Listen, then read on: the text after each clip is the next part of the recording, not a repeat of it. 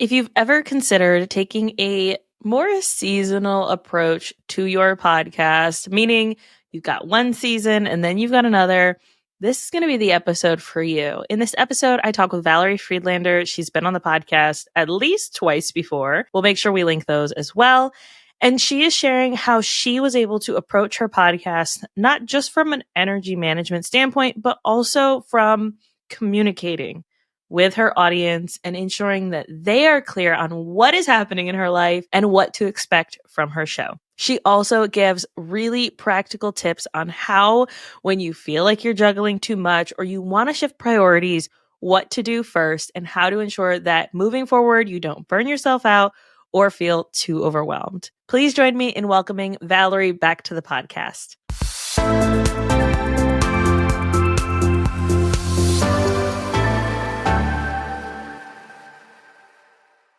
Hello, Valerie. Thank you so much for being on the podcast. I want to say this is your third time here. I think it might be. But for anyone who has never heard those episodes or is new here, please tell everyone who you are, what you do, and about your podcast. I'm Valerie Friedlander. I am a certified life coach. I do life business alignment coaching, which is basically helping people honor their whole selves. And, people talk about work-life balance. It's really about harmonizing those things, almost like a lava lamp, right? It's not like a scale. It's more gloopy than that. But like, how do we honor all of those spaces? So I work with a lot of high achieving women. Oftentimes they're multi-passionate, and helping them create that alignment so that they're more able to show up fully without burning themselves out. And I have a podcast called Unlimited, which is basically about reaching for the stars with your feet on the ground, where we are stepping outside of those learned limitations and creating intentional limits, which I often call boundaries or containers for what we're doing, so that we are showing up the way we want to show up with our full selves or part of ourselves or whatever that looks like, but it's in a way we feel good about. So everything, I have people guest, I have solo episodes and also episodes coaching, and Alicia has been a guest several times. So if you haven't checked those out, definitely do that. And I take an individual empowerment focus, but with social systems awareness.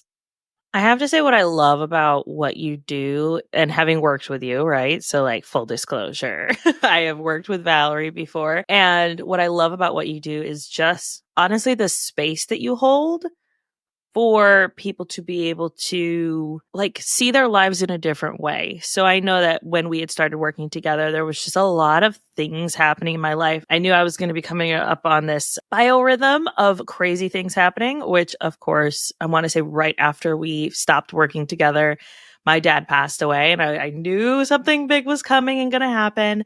And so just kind of preparing myself energetically, emotionally, to be able to live, right, life through all of the ups and downs that happen. And so what I loved about working with you is that you were able to create a space where I could say, this is how I reacted to this, and it felt weird to react that way. And you'd be like, no, that's normal. Like that's okay.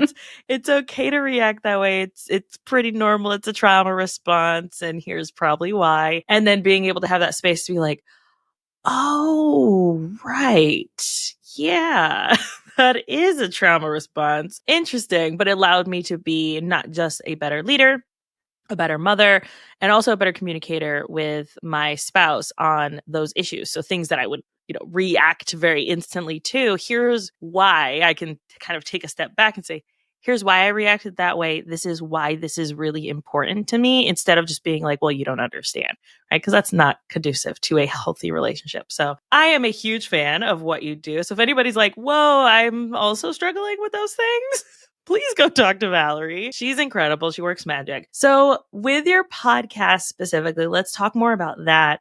I know you do seasons.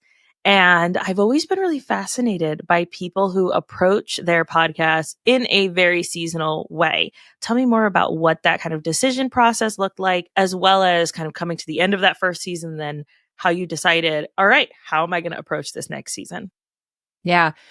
I sort of decided to do seasons partly because I needed this space to process how things were going. I didn't really feel like I had the room in my routine to really process. I needed to step outside of the generating podcast episodes routine. And when I first started my podcast, I was like, I'm going to do this weekly. Well, maybe if I did shorter episodes, but I found that I really like to dive deep into topics.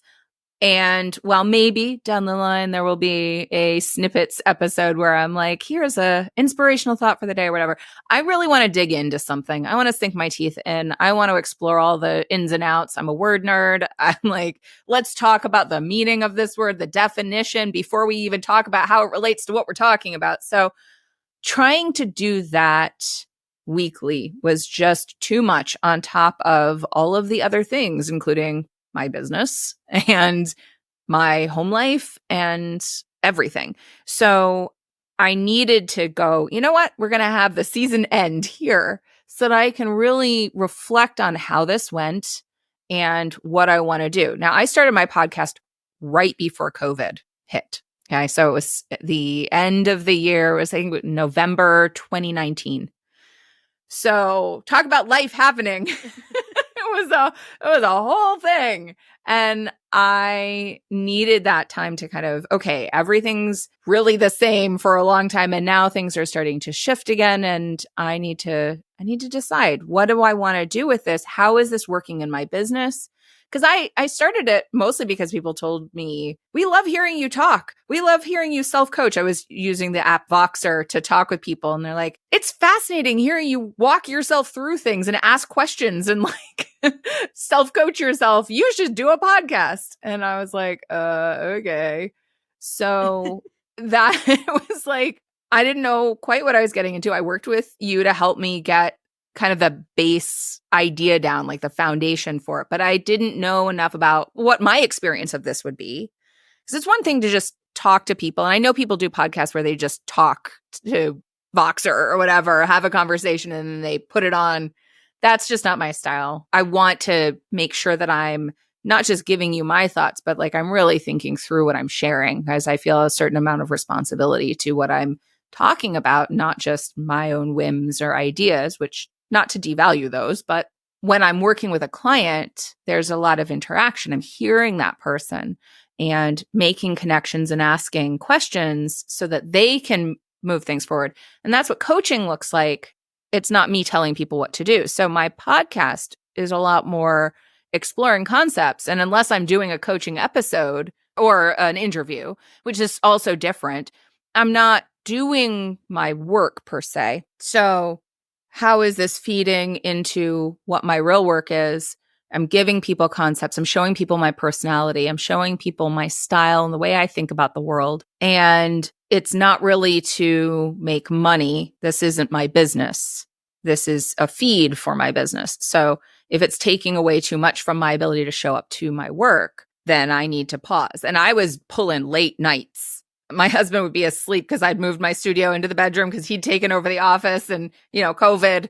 And I was working late nights editing and going through things and re-recording stuff. And that just wasn't sustainable.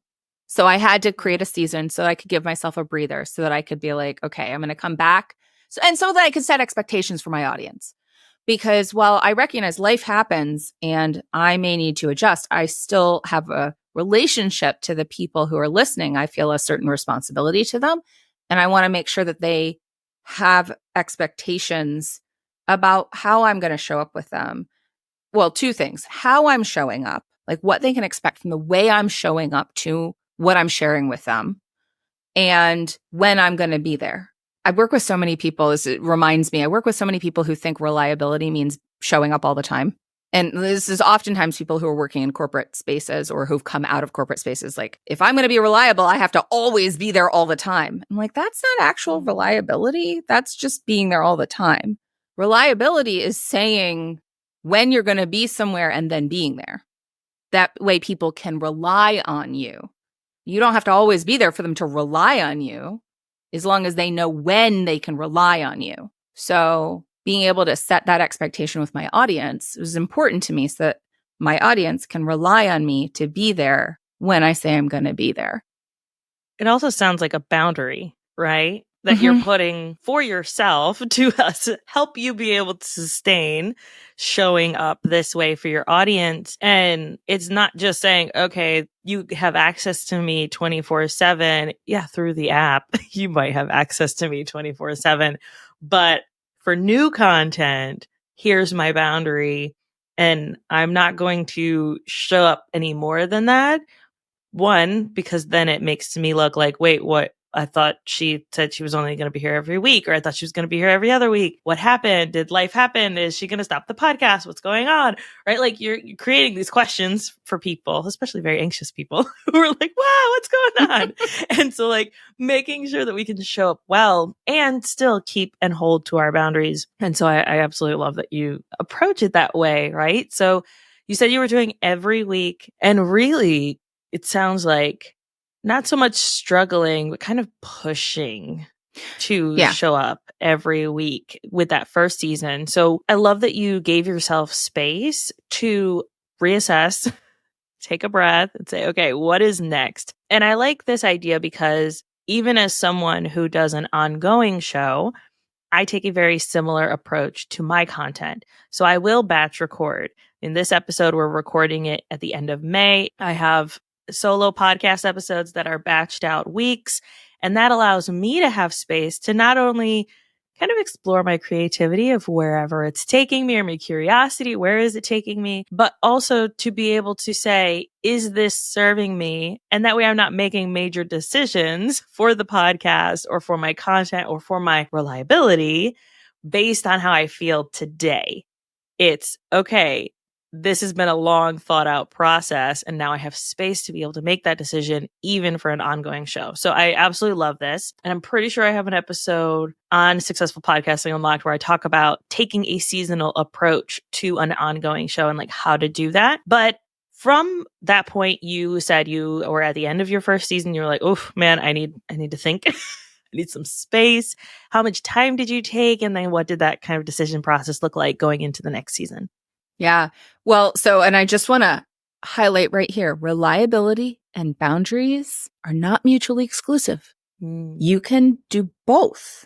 And you do have also an episode where you talk about consistency. And so being able to really know what does life look like and how do I show up with consistency, and it doesn't have to be one thing or another. So what I realized is that for me to show up consistently the way that I want to show up, I needed to do twice a month, because that gave me the space to generate ideas and schedule interviews and just figure out kind of what I do. And I admire people who batch record. We were talking about this in the green room. I love that. And I am not that person yet. Mm-hmm. At this point, that has not been my current experience. I'm much more, this came up and we should talk about this. And I want to share about this, unless I'm doing an interview. Interviews I can batch. But when it's just me sharing stuff, I need to have kind of an inspiration idea. And so I gave myself, I want to say it was 2 months. So I don't necessarily have a consistent schedule for my seasons. I have kind of a general schedule for my seasons. It's not like every year I stop here and I start here. Right. It's been more around the general time. Like I take the winter months off. This is my hibernation period. I am not doing things during this period. And so it's generally been 1 or 2 months. And I always tell people, and that not only I think sets expectations for those people that are listening, but it also helps me set expectations for myself. It gives my process a container. And so when we talk about boundaries, that's one of the things that I often think about is like, what is the container for this exercise, for this work? If I can set my container, then I can tell, how is the container doing? Like, am I pouring enough into the container? What does it look like to pour out of the container? Is the container empty? What does it look like to pour in? Where do I pour out? Where versus, when people talk about self-care, like I need to self-care. If you don't have a container for like, what is enough in a particular area? What rejuvenates me in a particular area? I don't have a sense of that, then I don't have a container. So I'm just basically like using the sprinkler system, right? I'm just spraying stuff everywhere, hoping it does what it needs to do instead of going, people say you can't pour out of an empty cup. Well, if you don't have a cup, I mean, yeah, you can't pour into or out of it. So when we can create containers, that allows us to set expectations, that allows us to assess how is something working and where do we need to adjust. And then it doesn't even mean like you can adjust the container itself. Like maybe you're like, you know what, I want to be able to hold more. So if it's like, my business, if I'm like, oh, you know what, I really enjoy this podcasting, I would like to monetize it. I might adjust the container for my podcast. And then if I adjust that container, then I need to adjust other containers too. So recognizing that they're all related, but that gives me that boundary, that something to look at, to know, how is this going? What do I need to do differently? What's filling it? What's not filling it? And really have a sense of it. Now, I'm not an analyst type person. I'm not like, let me get into my Google Analytics. Let me look at all the numbers. That is not my jam. I'll do it. But usually I need like a body double for doing that, at least, if not like another brain actively in it with me. But I like some of the tools that allow you to look, what is my whole picture? Knowing that sometimes rejuvenating in one area drains another area. If I, for example, I like to go for a run to like just mental decompression, emotional decompression, then my physical body is a little bit more drained. So being able to recognize there's a give and take amongst all the different areas of my life, even just knowing that, if I'm not getting into like small minutia details, holding space for that, like you were saying before, I can go, oh, well, it makes sense that this is going on. So I don't have to beat myself up over it, which then drains things in a way that it's like completely useless. It's like, this is not helpful energy. Anytime I'm beating myself up, shaming myself, all of that, I can go, oh, well, that makes sense. Now, what do I want to do with it? And I think that's the point where I think a lot of people get stuck, is that they see, oh, well, I've got this container and I want to do this more, or I want to show up here more, but then they don't think of what are the ramifications, which is, it's okay that other things have to shift, right? We are the sum of all of our parts. So we're not just one thing. And I think especially as women, as mothers, as, female business owners, I'm using bunny ears for the people who can't see me, female business owners, right? Who have all these kind of very external requirements on us to show up a certain way. We maybe think that we can take on it all, and really we can't. And we have to understand that, okay, in this season of my life, whether it's summertime because your kids are home, or it's winter season because your body wants to hibernate, or it's, hey, I have a lot of space that I want to focus on my health. And so I do need to go on runs, or I do need to be able to have that space to pause in the middle of the day and go make some meals. And you think about that, but then you don't think, oh, well, now I need to adjust my calendar. Now I need to adjust the times that I'm available, boundaries, for other people to show up for them. And so I think that that's where a lot of people kind of get stuck. And I know that I've gotten stuck in the past of saying, okay, well, these are going to change and I'm excited and let's go forward. And man, everything kind of just crashed and burned. So what do you recommend that people do before they get to that crash and burn thing? Maybe what are some things that we can use to assess before we start shifting things? We make a decision. Okay, I want to put more effort here. What are some of the best ways to assess all of it in one go? Well, it's interesting because I think that a lot of times people don't make changes because they're afraid of the ripple effect and that all the things that they don't know. They're like, well, I know how it works this way. And while I'm pretty sure that it would be better if I changed things, there are too many pieces of uncertainty. So I don't want to change it, because what if it doesn't work? What if it impacts these things negatively and all of that? And then there's also the when life happens. So the things where we didn't actually mean to change, and change kind of was forced upon us. And instead of just being reactive to that, being able to be proactive with that. And one of the big pieces is being able to pause, being able to recognize that we are human beings And I am always a fan of people with platforms honoring that.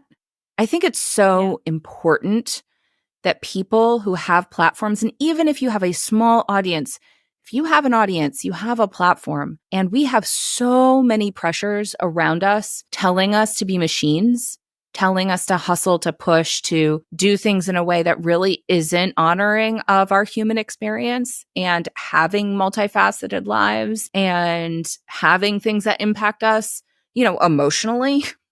Like, Yeah. there are a lot of things outside of our control that have an impact on us. And when we pretend that they don't have an impact on us, we're not being honest with ourselves. And I think we're setting a really harmful precedent into the world to pretend like it didn't have an impact. So, to your question about like, how do we prepare for all of those things? It's going to be very unique to each person. So I can't really give like a set way of doing it because everybody has what's going on in their life to be a different thing. Knowing what your emotional capacity is and like how much emotional labor you do in your life, what your roles are. And I know women tend to do a lot more emotional labor, also mental labor. And we don't often allow ourselves to notice those and see those things. We carry those things. I saw a post somewhere that talked about like how men don't, and I know this is a broad generalization, not true across the board and obviously very binary focused, but men don't need as much mental like self-care support or whatever because they have a spouse to do their self-care for them, to like allow space for their self-care, to lean on for all of those things. And it stood out to me of how much there are things that we don't notice, we don't pay attention to. So I would say if I could give you an across the board thing, one of it would be to allow yourself to notice when you feel drained, allow yourself to notice like how your body feels, your emotional state, and be honest with yourself. We talk about showing up in integrity, and I think a lot of people want to show up in integrity. They want to be honest, but we also often don't know how because we're so conditioned not to be humans. And integrity has the same roots as the mathematical word integer, which means whole number. And so integrity really is about wholeness. So it is honoring your wholeness. And so when you can't show up, when something happens, what does it look like to be honest with yourself and also honor the responsibility you have to your audience? If you can set that groundwork early on, or if you didn't set it now with your audience of what your values are and what you're committed to showing up to, then as long as you're in alignment with that, that's going to be your fundamental integrity. That's going to be your fundamental boundary setting, your consistency. They can rely on you being true to those values. And then even if you can't make the recording, something happens, life happens, you can't show up the way that you set the expectation you were going to show up. Or maybe you're showing up, but like you're not your best self. Like you're feeling off. You're not, 100%, whatever that looks like for you. If you're still showing up to those values, then you are being able to be honest and stay in integrity, and people can rely on that. That's the number one thing. Notice what's going on for you. Be honest with yourself and ground in some values with your audience so that they know that that is the thing they can rely on, even if it's life happens and you can't show up. I love that you mentioned values because honestly, I think that it really does go back to what are your values? How are you showing up for your audience? And being really honest with them. I am always very open of the fact that my husband is a stay-at-home parent. I do not have the same pulls that a lot of mothers do who are home and are running a business from their home and have small children. So I'm always very open of, hey, I'm batch recording 8 episodes. My husband has the kids outside in the pool for 3-4 hours so I can get this done. And that is the reality of it. That's what it looks like. And I know that it's not going to look like that for everyone. And you really have to, I think people who have support be open about what that support looks like. Or if you're struggling, be open about what that struggle is. And I think that it endears you to your audience even more, which is going to set your content apart, especially as we're shifting into content created by AI. And I think podcasts are really going to be a great way to be able to stand out from the crowd and be able to share those experiences. So I love that you brought in the values. I know you have an episode on values. So we'll make sure that we link that in the show notes as well to make sure that we have all those for anyone who's like, well, I want to know more about this topic. So, values is such a talk about sink your teeth in. yes. Yeah, that's a good one. Valerie, thank you so much. This has been so inspirational, and I'm hoping that people are able to walk away with something that they can use to really be able to make better decisions for all the shifts and things that happen in life, because they do. It is life. It is part of our human experience, and it's okay. It's okay Yes. that our life shifts like this. But if someone is like, I need Valerie, I need her help, please. If you're feeling that way, where can people find you, get to know you, potentially work with you? Well, probably the best way to get to know me is listening to my podcast, because that was the whole point of creating it in the first place. So definitely go check me out there. And I find my best fit clients are usually ones who have listened and been like, yes, this resonates. So, and then the other place would just be, you can follow me on Instagram. I'm kind of adjusting my relationship to social media, but also my website. And if you're thinking maybe support is a thing for you, then an exploration call. They're very low pressure. They're really just a get to know me, ask your question. If you have questions about coaching, I'm all about answering them. So, an open, safe space to explore. And I never push with work. You have plenty of time to process and think about it. I'm anti-hustle, anti-urgency, anti all of that stuff. So, if it's something that you're curious about and exploring, then an exploration call is a great way to connect. Perfect. And we'll make sure that we have links for that in the blog post, the show notes, as well as the YouTube description. Valerie, thank you so much for being on today. Thanks for having me. It's always a pleasure talking with you.